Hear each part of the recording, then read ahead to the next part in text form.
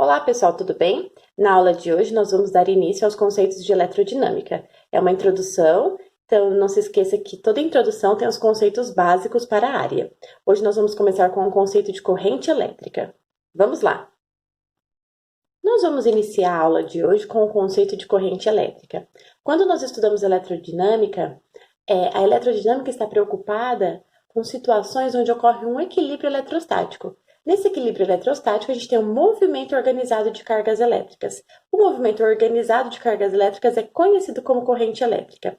Nós vamos utilizar a letrinha I minúsculo para indicar a corrente elétrica, e a corrente elétrica, ela nada mais é do que a quantidade de carga ou a variação de carga que transita por uma região no intervalo de tempo. Como a gente tem carga em coulombs e tempo em segundos, coulombs por segundos no Sistema Internacional de Medidas vai ser dado por ampere. Toda vez que nós tivermos duas placas que apresentarem campo elétrico, e essas duas placas aí, né? Tenho duas placas que tem um campo elétrico entre elas, e há uma diferença de potencial entre elas, se eu conectar essas placas por um fio, com um fiozinho aqui, eu vou observar o movimento de cargas, que é a nossa corrente elétrica. Toda vez que nós escrevemos aí, né, indicamos um circuito, nós podemos mostrar de onde essa corrente vai sair no circuito e para onde ela vai entrar no circuito. Todo circuito elétrico ele é indicado uma diferença de potencial por uma barrinha maior e uma barrinha menor. A barrinha maior é o nosso polo positivo e a menor é o nosso polo negativo. O sentido da corrente elétrica sempre é o sentido contrário ao que a gente imaginaria aí, né, para o movimento dos elétrons. Então, se nós temos movimentos de elétrons indo do polo negativo para o polo positivo, a corrente elétrica tem um sentido contrário a esse movimento dos elétrons. É convencionalmente admitido esse sentido para a corrente elétrica, uma vez que nos estudos de eletrodinâmica, antes de se obter o conhecimento aí sobre as possíveis cargas da matéria, houve essa convenção e ela foi mantida após o conhecimento aí das características do elétron. Então, toda corrente elétrica, ela tem o movimento aí contrário ao movimento dos elétrons. Convencionalmente, nós a caracterizamos assim. Nós temos duas classificações para a corrente dentro de um circuito elétrico: a corrente contínua ou a corrente alternada. Corrente contínua acontece num único sentido. Então, os portadores de carga mantêm um único sentido ao longo do circuito.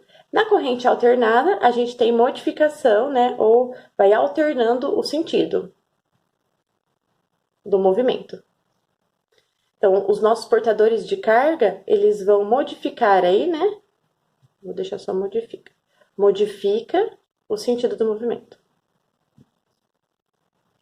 Nós temos aí como corrente contínua o armazenamento de energia, né?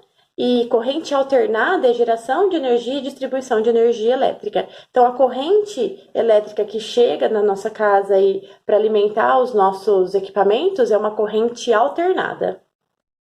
Nós temos também o conceito de corrente elétrica. Toda vez que a gente tem uma região de diferença de potencial, se passa uma corrente elétrica por essa região, nós temos aí a geração de uma potência elétrica. Então, a potência elétrica vai ser a DDP vezes a corrente.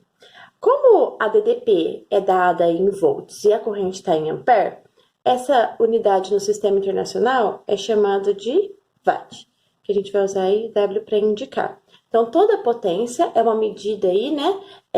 Uma variação de energia durante um determinado tempo, e essa variação de energia pelo tempo pode ser expressa aí no circuito elétrico pela diferença de potencial num dipolo, onde passa uma corrente elétrica.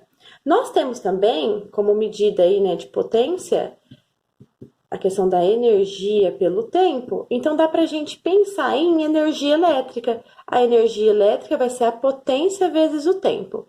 No nosso dia a dia, a gente compra energia elétrica em quilowatt hora.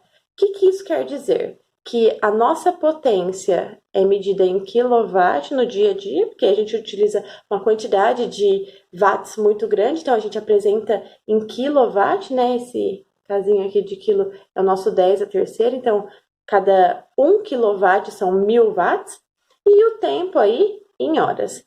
1 quilowatt-hora na bandeira verde, na nossa concessionária de energia, deve estar custando por volta aí de 34, 36 centavos. Então, a gente consegue, a partir da potência dos nossos equipamentos e do tempo de utilização de cada um desses equipamentos, calcular a quantidade de energia em quilowatt-horas que a gente utiliza e multiplicando pelo valor do quilowatt-hora na nossa região, nós conseguimos aí o valor, então, nós vamos pagar pela energia que nos é fornecida. A concessionária que nos fornece energia na nossa região é a CPFL, e além dos valores de quilowatt-hora, nós pagamos aí o imposto referente à prestação de serviço.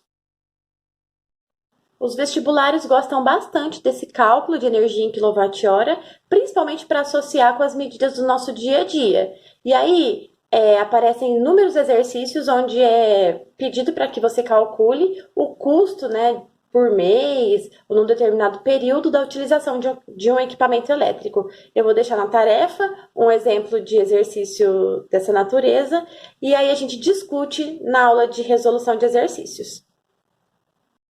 E por fim, na primeira lei de Ohm, nós vamos relacionar a resistência com a corrente elétrica. Nós temos aí, num circuito elétrico que apresenta uma resistência, a relação dessa resistência pela diferença de potencial que nós temos pela corrente que passa por essa região. Nós vamos medir a resistência elétrica em ohms, por homenagem ao Ohm.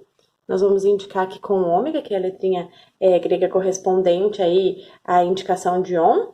E nós vamos ter também alguns gráficos característicos dessa relação. Se nós tivermos, né, em um resistor ôhmico, a resistência é constante durante todas as alterações de DDP e corrente. Então, a DDP e a corrente vão alternando, mas essa relação aqui se mantém constante durante todas as modificações que esse resistor sofrer. Isso acontece em alguns materiais em relação à temperatura, né? Para uma determinada temperatura, há vários resistores que conseguem manter aí a sua resistência constante, independente das modificações de DDP e de corrente. Essas modificações serão constantes ao longo do tempo. Pelo gráfico de um resistor ôhmico, como a relação entre a DDP e a corrente vai dar sempre o mesmo valor de resistência, ela sempre vai ser constante, porque ele apresenta essa característica, nós podemos tirar aqui, né, desse ângulo aqui, que é a tangente desse ângulo, então, vai ser a nossa resistência, o nosso valor de resistência. Lembrando sempre que no sistema internacional, a diferença de potencial está em volts e a corrente elétrica está em ampere. Nós podemos ter variações dentro dessas medidas, né, nos múltiplos ou nos submúltiplos, miliampere, microampere, milivolts, quilovolts, mas a gente sempre vai utilizar no sistema internacional. Na aula de hoje, nós discutimos a introdução aí dos conceitos de eletrodinâmica, principalmente o conceito de corrente elétrica, potência elétrica e a primeira lei de Ohm. Os conceitos dessa aula estão lá nas páginas 210 a 218, e eu vou deixar indicado como tarefa os exercícios de 1 a 4 do Revisando e o 36 dos propostos. Esses exercícios, juntamente com os exercícios indicados na aula anterior, eu farei uma resolução na nossa próxima aula, ok? Bons estudos e até a próxima!